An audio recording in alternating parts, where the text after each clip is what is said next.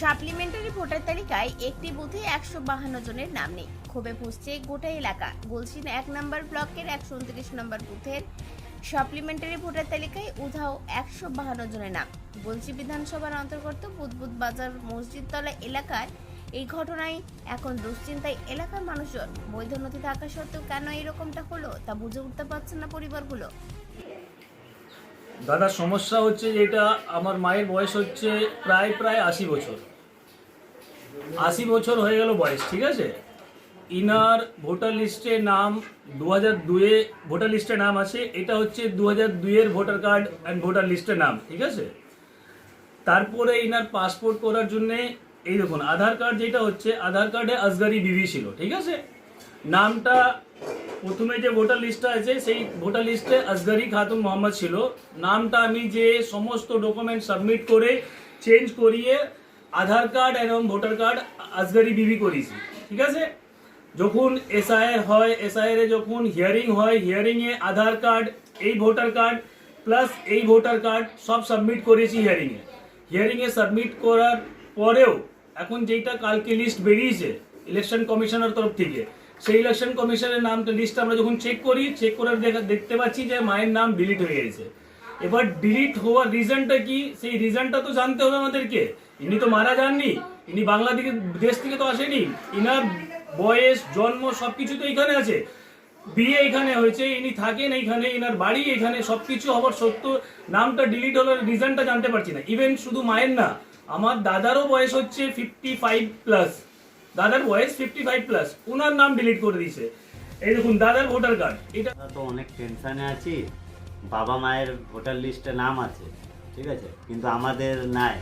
এবার সামনে বিধানসভা ভোট, তো আমরা কি করব না করব এখন কিছু বুঝতে পারছি না। অনেক টেনশন হচ্ছে আমাদের, কি হবে না হবে। আমাদের তো জন্মসাথী সব এখানেই আছে, জন্ম আমাদের এখানেই, বুঝলে। 2002 সালে গলসি 1 নম্বর ব্লক তৃণমূলের সভাপতি জনার্দন চ্যাটার্জির অভিযোগ, যদি একটা বুথে এই অবস্থা হয় তাহলে বাকি জায়গার অবস্থা আরো কতটা ভয়ঙ্কর হবে তা বোঝাই যাচ্ছে। বিজেপির অঙ্গুলি হেলনে এই কমিশন এই কাজ করছে বলে অভিযোগ তৃণমূল নেতা জনার্দন চ্যাটার্জির। বিষয়টা হচ্ছে যে আমাদের গলসি 1 নম্বর ব্লকে এখনো পর্যন্ত মাত্র কয়েকটা বুথেরই দিয়েছে।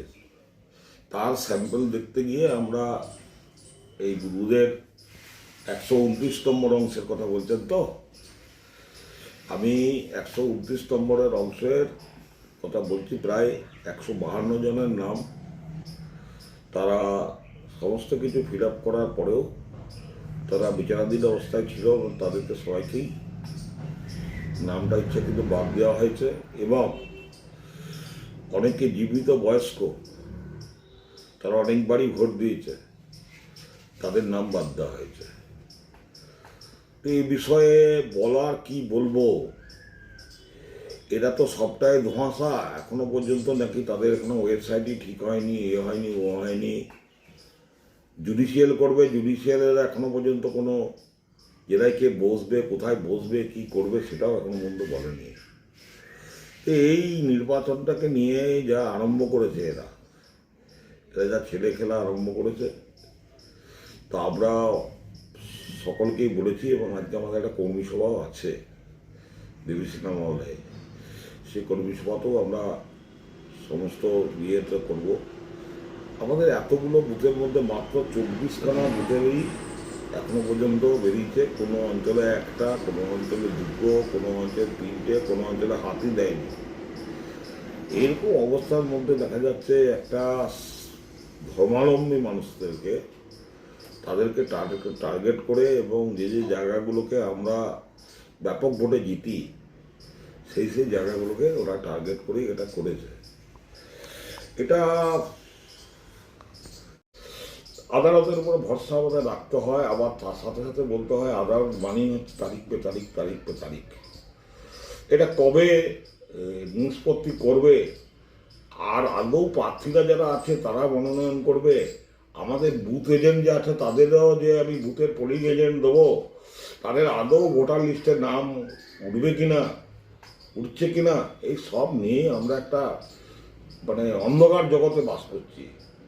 তাই দয়া করে আমি বিজেপির ভোটারদেরকে বলবো, অনেক আপনারা একবার দুবার তিনবার ভুল করেছেন, আর আপনারা এই ভুলটা করেন না। যারা গণতন্ত্রকে ধ্বংস করছে, আপনাদের ভোটকে লুট করছে, অন্তত এই দলটাকে, এই বিজেপিটাকে বয়কট করুন। আপনার নাম ও পরিচয়? আমার নাম জনাব। বিজেপির জেলা সহ সভাপতি রমন শর্মার অভিযোগ, নির্বাচন কমিশনের হয়ে যারা কাজ করছেন তারা রাজ্য সরকারের কর্মচারী। ভুলের শুরু এখান থেকেই। এখন বলার কিছু নেই, মমতা ব্যানার্জির প্রশাসন তো, ইলেকশন কমিশন তার কাজ তো করে রাজ্যের উইং না, রাজ্যের প্রশাসন না, এটাই রাজ্যের প্রশাসন। দেখে বুঝতে পারছেন, অদক্ষ লোকগুলোকে দিয়ে কাজ করাবে, কন্ট্রাকচুয়াল লোকগুলোকে দিয়ে ঢুকাবে, তো কী হবে? ভারতীয় জনতা পার্টির সরকার প্রতিষ্ঠা হবে, যারা ভারতীয় নাগরিক প্রত্যেক নিজের অধিকার পাবে। এই দায় কার? এইবারের নির্বাচনে কি ভোট দিতে পারবেন না এরা?